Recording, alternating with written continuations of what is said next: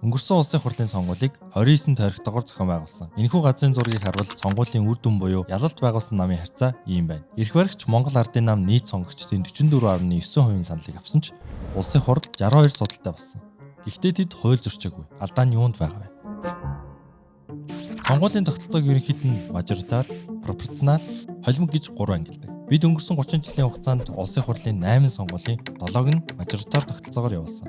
Мажоритар тогтолцоо нь аль нэг намаас сонгуульд нэр дэвшээд тойрогоос хамгийн олон санал авсан нэр дэвшигч улсын хурлын гишүүн болдог. Хэрвээ нэг тойрогт 4 нэр дэвшигч өрсөлдлөө гэхэд тэднээс нэг нэр дэвшигч нь хамгийн олон санал авсан учраас улсын хурлын гишүүн болсон. Харин бусад нэр дэвшигчдэд өгсөн сонгогчдын санал гээгдэд үлдэж байгаа юм. Үүний жишгээр бусад тойргуудад ийм зарчмаар сонгуул болсноор яг саяынх шиг олон хүний санал гээгдэж байгааг харж болно. Сонгуул саналаа өгсөн ч сонгосон хүн гараагүй ийм олон сонгогчийг хэн төлөөлөх вэ? Тиймээс мажоритар тогтолцоонд сул тал олон бий. Видеоны ихэнд хэлсэн алдаа гэдэг нь энэ. 2020 онд Монгол Ардын нам нийт сонгогчдын 44.9% саналыг авсан ч олон тойрог дээр ялалт байгуулсан учраас одоогийн парламентод 62 гишүүн сууж байгаа. Одоо харин пропорционал тогтолцоог харъя.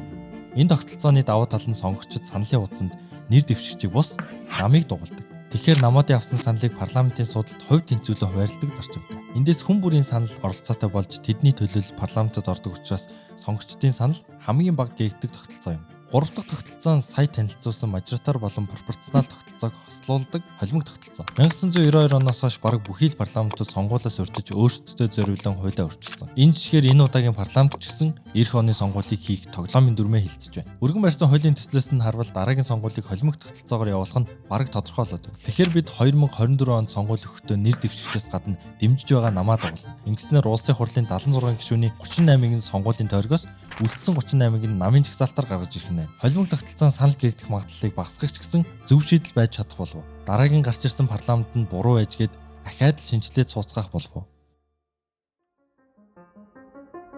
Бичлэг дуусгаас өмнө хамгийн сүүлийн үеийн мэдээлэл хүргэе. Засгийн газраас үндсэн хуульд өөрчлөлт оруулах тухай хуулийн төсөлд иргэдээс санал авчиг гэсэн. За энэ хуулийн төсөлд нь болохоор улсын хурлын гишүүдийн 152 болгож 76-ыг нь мажоритар, 76-ыг нь пропорционал тогтолцоогоор сонгохоор тусгасан.